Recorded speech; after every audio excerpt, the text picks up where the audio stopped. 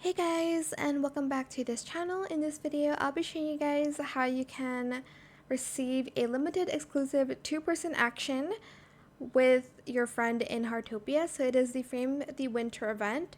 Basically, for like 7 days, you will need to interact with your friend. I think my friend's here right now. Let me see. I need to interact with him once. So just interact with your friend once here. And then you're going to get it on the 7th day.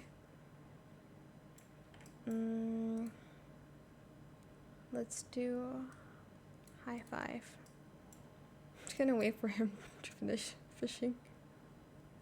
There we go. And as you can see, if you go to the tab, you'll also see a snowflake.